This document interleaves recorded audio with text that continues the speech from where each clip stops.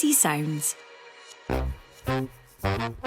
Managing your money can be really challenging at the best of times, but today we're going to hear about vulnerable groups who find it tougher than most. The first person I visited, an absolutely fantastic woman who had kind of fallen off the radar. Her husband had passed away and he'd been kind of managing everything. And so this person, although had been diagnosed with a learning disability, was in receipt of absolutely no benefits whatsoever, had a lot of debt, and was living in a situation where she was severely underweight, malnourished, and she was being financially abused by family members. Kim's on holiday this week, so I'm flying solo. I'm Eileen Adamson, and this is Clever About Cash, the personal finance podcast from BBC Radio Scotland. Today we've got Claire, Becky and Andreu, and they all help people who face barriers to using money. Now, can each of you briefly tell us a little about your project and the type of people that you support? Let's start with you, Andreu.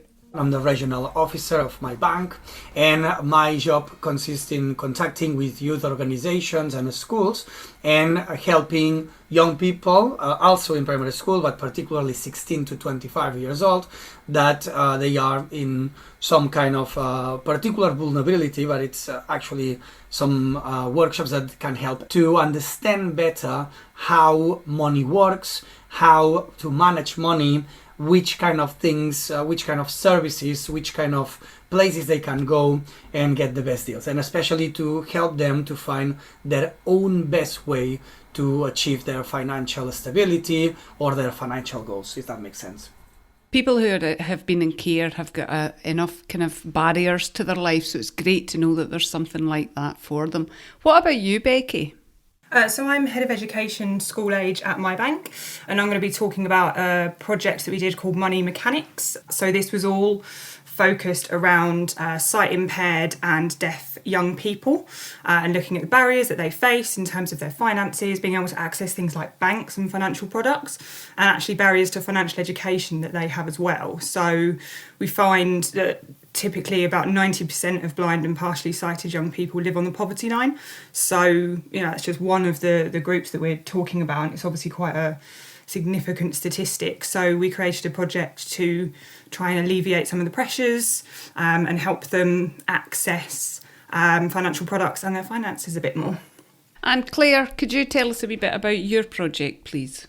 I work for a charity called DOSH Financial Advocacy. We support adults with a learning disability to help them manage their money, but to maintain as much independence over their financial situation as possible. So we'll help them with their benefits and things and make sure they're entitled to the correct benefits. And we also help them manage their bills and stuff whilst allowing them to be able to spend their money on what they want to spend it on. So I support people from 19 all the way up to 78. At present, but they all have a learning disability. Becky, what particular barriers do people that you're working with face when they're managing their money, and what's the kind of knock-on impact of that for them? So if we look at young people with sight impairments, things like being able to identify different bank cards, we find that people have multiple different bank cards for different accounts, and actually that can be a really hard thing to do. So there's apps out there such as things like Be My Eyes, which will link someone up to a sighted person who is then able to essentially assist. So they may be able to say, right, I want a BLT sandwich in a shop.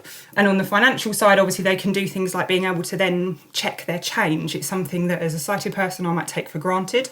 And things like speaking cash machines. So, we make young people aware of the different accessible options that are available for them. And of course, all of this is all on the sight impaired side. When we look at the group of deaf young people that we worked with RAD, the Royal Association of the Deaf, to create a British Sign Language jargon guide, because actually we find that some financial jargon doesn't actually exist in British Sign Language. And the knock-on impact of just not being able to access this is that we find that sight impaired and deaf young people can often be behind their peers because actually they just cannot access the same sorts of materials and the same sorts of products in the same way. We could take it for granted just being able to get a bank statement through the post and being able to read it and know what's going on with our money and being able to then contact the bank to say there is a problem here. And actually what we explore is what do you do as a sight impaired young person to be able to call up if there is a problem. How do you identify this problem in the first place? So we find that young people with sight impairments are less likely to go to university. And Student DOSH really focuses on making sure that, we break down some of those barriers. And again, it's looking at things like bank accounts, student finance, budgeting. It's amazing, just the kind of simple things that you're mentioning there that we all absolutely take for granted that people with sight impairment can't do. So it's good to know that there's something out there for them. What about you, Andreu?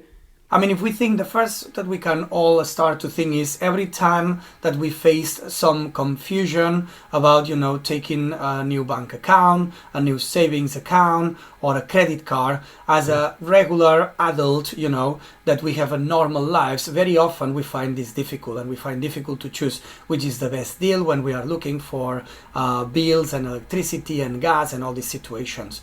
When we add the complications of added vulnerabilities, and in the case of people who's been through care, sometimes they don't have the network that we might have. This is one of the things that noticeably can be more difficult. When I have a problem with any of these bills, I might call a friend, or I might call a family, a brother, a sister, someone that can advise or can tell us, or we can ask for some information in how they are doing. People who's been through care sometimes don't have this possibility, and they found themselves having to rely on information that, as we can all notice, sometimes is a bit misleading, and they can end up, doing choices that they are very complicated. And then from here, of course, if you've never been made aware of all the bills that needs to be paid, in how to work with money, how to manage your money, how to save money for the future, all of these are difficulties that they face on their own.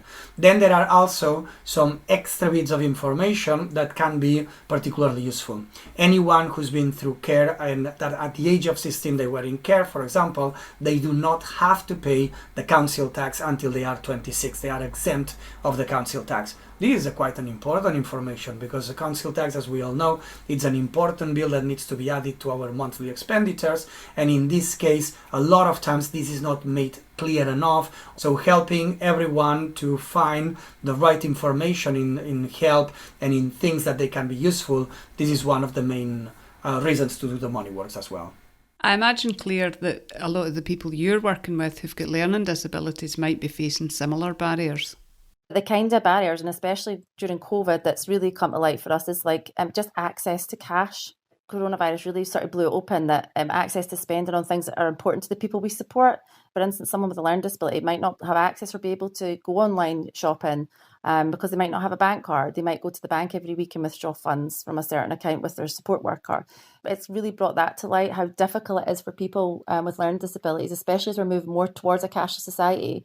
How difficult it's becoming for them just to do simple things like going shopping, navigating their way through the benefit system as well. So a lot of the people that we support sometimes before they've come to us in terms of trying to complete a benefits application. I don't know if you've ever had any experience of it yourself, but it's very complicated and it changes so often. So unfortunately, a lot of people that come to us at the point where they've been dealing with it for a very long time, they're at crisis point and maybe haven't been receiving any kind of support. And a lot of the people that we support also don't have bank accounts because it's really difficult to apply for a bank account without any ID. Sometimes they don't have things like a passport or driver's license, which we take for granted.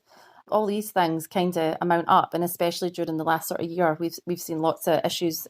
Becky, what extra issues has the pandemic caused for the clients that you're working with? I think it's a really interesting question. I think the fact that people aren't able to access the same sort of support all the time. So, we can take for granted being able to go out and being able to approach people and essentially ask if we need a bit of assistance. And clearly that hasn't been as readily available. Things have been, more online based, and we're not always sure as to how accessible different websites and different services are and how set up these services are when they've had to change so drastically. A lot of companies, whether they're financial or otherwise, have had to really adjust what they're offering to their customers, and to be able to turn that to make it accessible in a very different way in a very short period of time has been a real challenge. The assumption is that everyone has broadband, but I can tell you a lot of the people I support don't have broadband.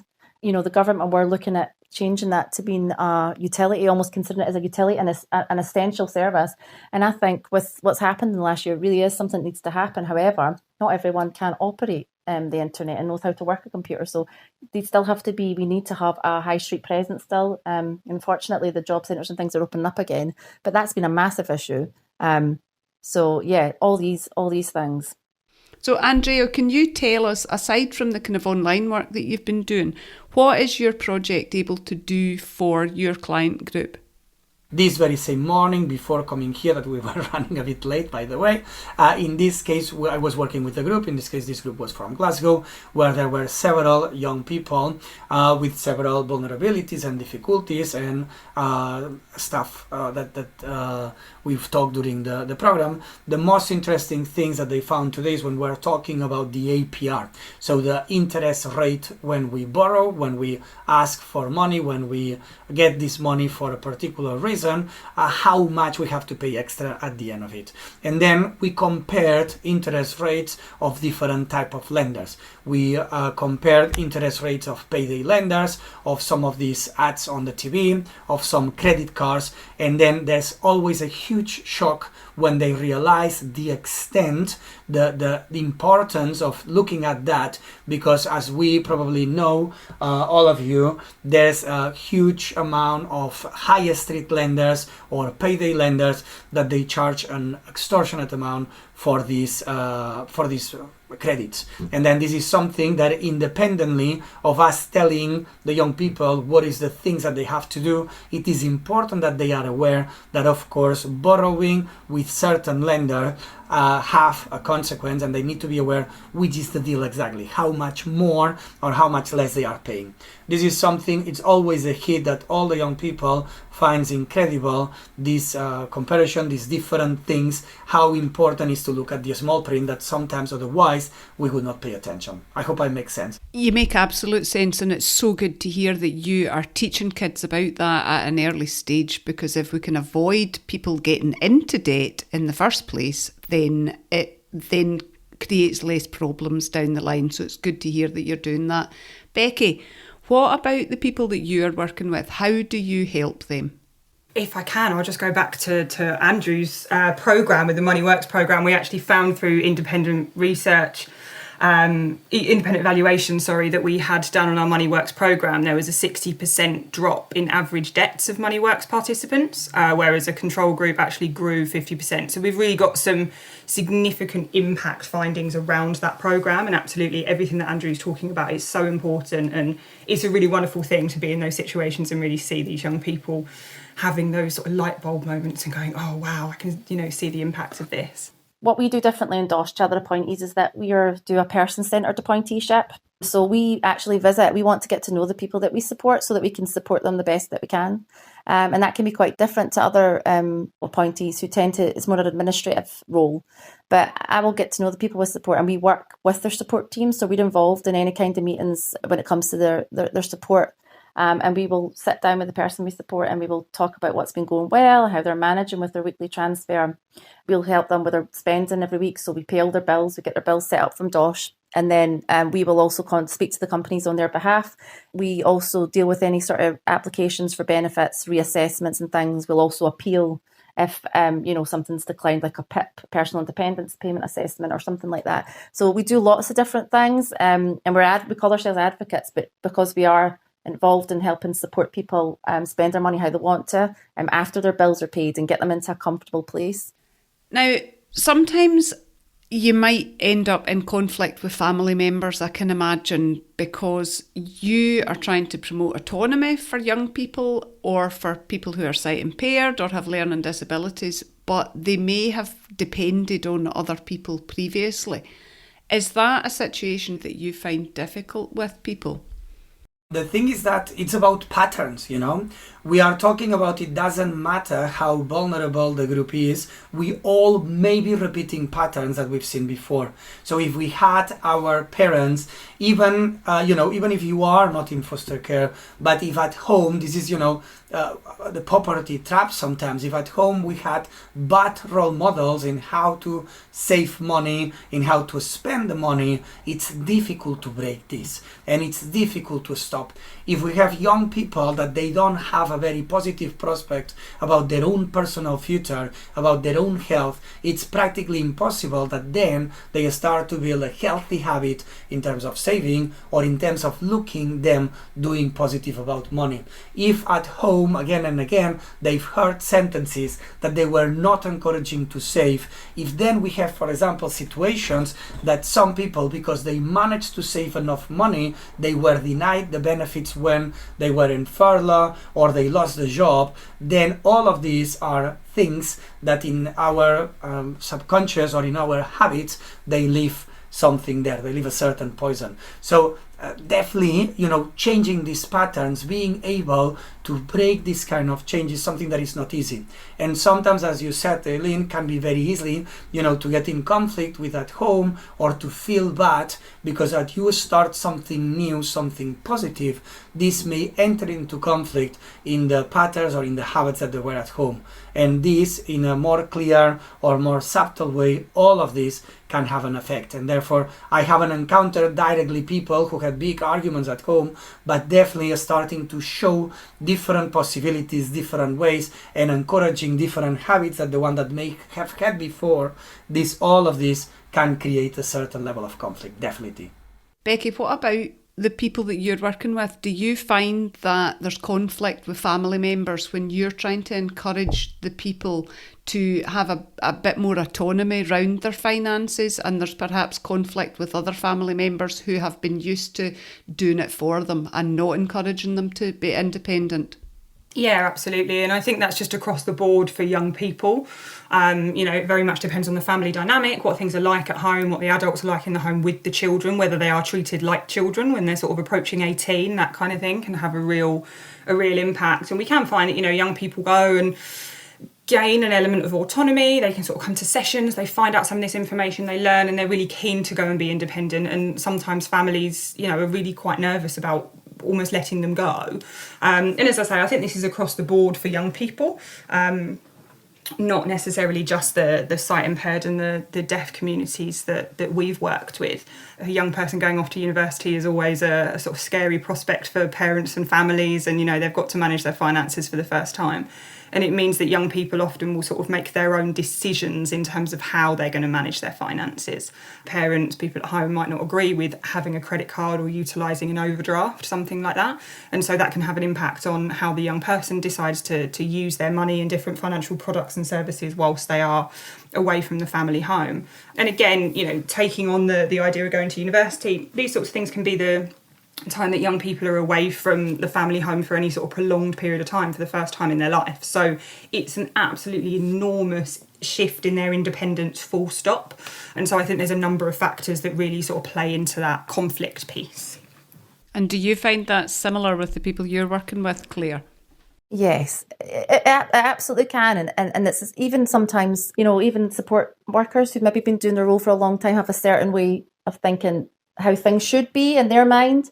But what you always must think about is we always put the person that we're supporting at the centre of it. And it's really about how they want to spend their money within reason, in terms, as long as they're paying their bills and things. You'll have people who've been maybe coming from being a child, progressing into adulthood. They're coming from child services over to adult services. And quite often it's difficult for family members to kind of let go and allow other people into their lives to help support them, allow people to spend their money how they want to spend it on different things, because they might not see it as a sensible way of spending money, or they might not think that person needs a new sofa when they can get a second-hand sofa. It's kind of almost reprogramming how you think, and allowing that person that you support to have some input and say into what they want and how they want their lives to be. Andreu, how would people get referred to the service that you offer? The main way is, of course, when they are already enrolled in an employability program through one of our partner organizations, or when they actually refer to any of these services, like, for example, Barnados in Scotland, and in Inverness in particular, but all over Scotland. So these are our partner organizations, like some others. If any person, that it's a youth worker, or they work with youth with any sort of vulnerability, or just general youth between 16 and 25, we are more than happy, of course, to hear from them and to do a program to develop develop this money works or virtual money works through them.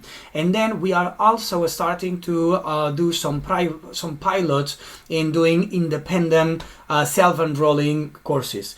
This is something that it's been piloted in London already, and now here in Scotland we are planning to do one during the summer, that it's young people that they are, they learn about us, and they are not yet or either in support or inside any of our partners organizations. They are able to self-enroll through us. If they were interested, of course, by all means, I encourage them to look online, and we are preparing one. We have not yet the dates, but we are preparing one to do virtual during the summer. So we encourage them to be alert. It's going to be the self-enrolling through Eventbrite, and then if they go through our website, they can also drop an email for this way. When we have exactly the dates, we can send them an email as well. Our web address, of course, is www.mybank.org. MyBank is spelled in our cool way, that it's MyBnk.org. And Claire? We have to have a capacity assessment done, and generally what happens is that it'll be the person in their lives that's referred them to us. So someone who might have noticed that they're struggling, they've not been paying their bills, or sometimes even dire straits, people are being evicted, have debt collection companies contact them to make payments and things. And at that point, normally we have family members or maybe a local council or social worker who may refer them to DOSH. And then they would go through a capacity assessment to see if they're able to manage their money. And then that's when we would get involved and apply for a appointeeship to help support them with their benefits and other bills and things like that. But they can refer themselves, and we have a website online that they can find lots of information, www.dosh.org. And what about you, Becky? How would young people get referred to your service?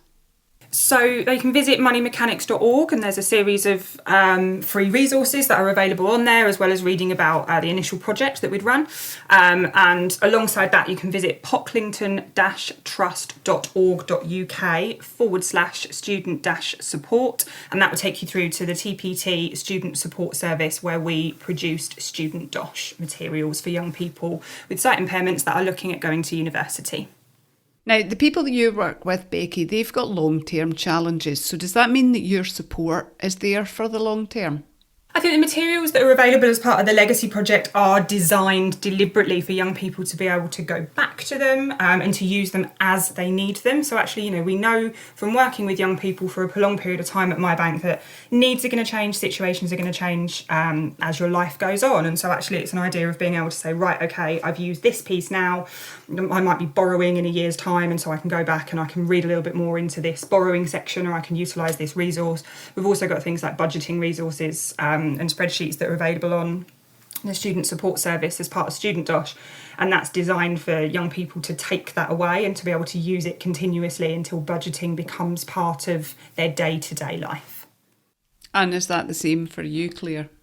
Yes, a lot of the time we're with them for a long term. So some of the people we've supported, so we've been we're at 2008, so some of the people that we've supported we've had since then, and we're growing. I think we started off with 200 people, and now we've got over 1,300 people that we support right across the UK.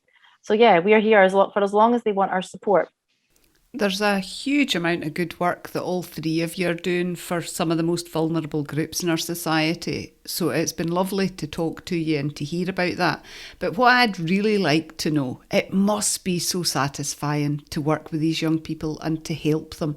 And I would really love to know some success stories from you. So what's your favourite success story? Well, it's also difficult to say a particular story. There are situations that there's these light bulb moments that Becky said before that they are really helpful. I remember in one particular, group in Paisley, for example, there was one young man that was actually after being in care didn't know that didn't have to pay the council tax, and then this was a significant moment because of course this was a huge change in his monthly budget. There's a lot of success stories as well. I would focus particularly on all the IT skills persons, young people that at the beginning of the course found very difficult or very challenging to work through the online platform, to fill on the forms online, to communicate through the Zoom or through whatever the platform, and then at the end they feel confident and they are, sure that they learn this new skill.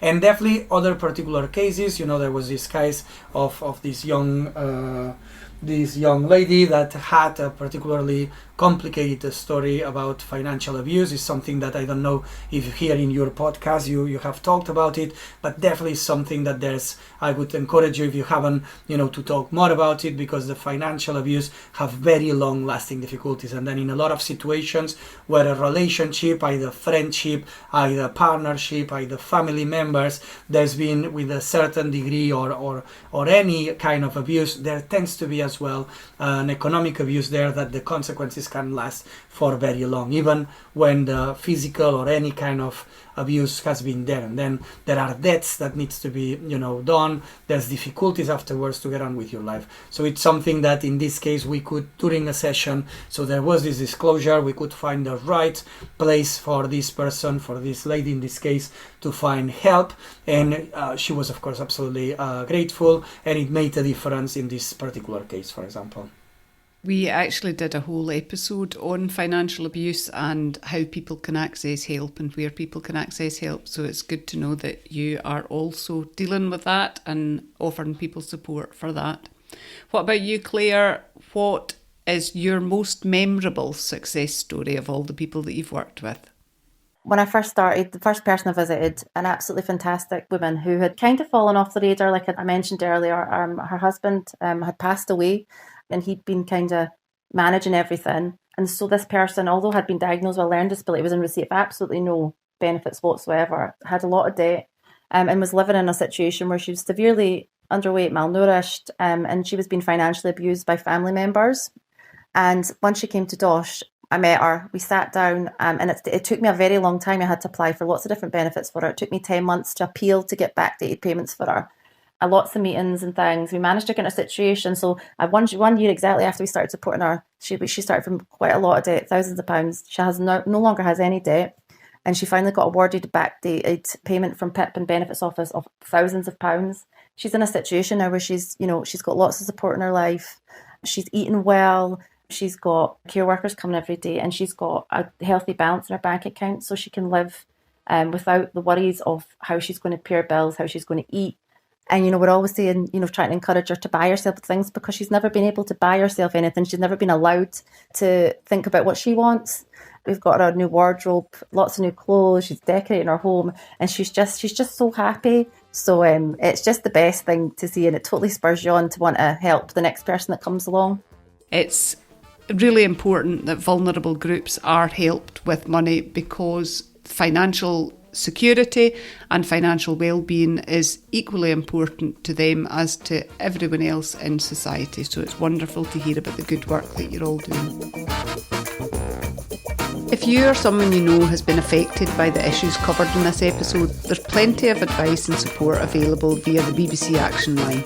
Head to bbc.co.uk/Action Line.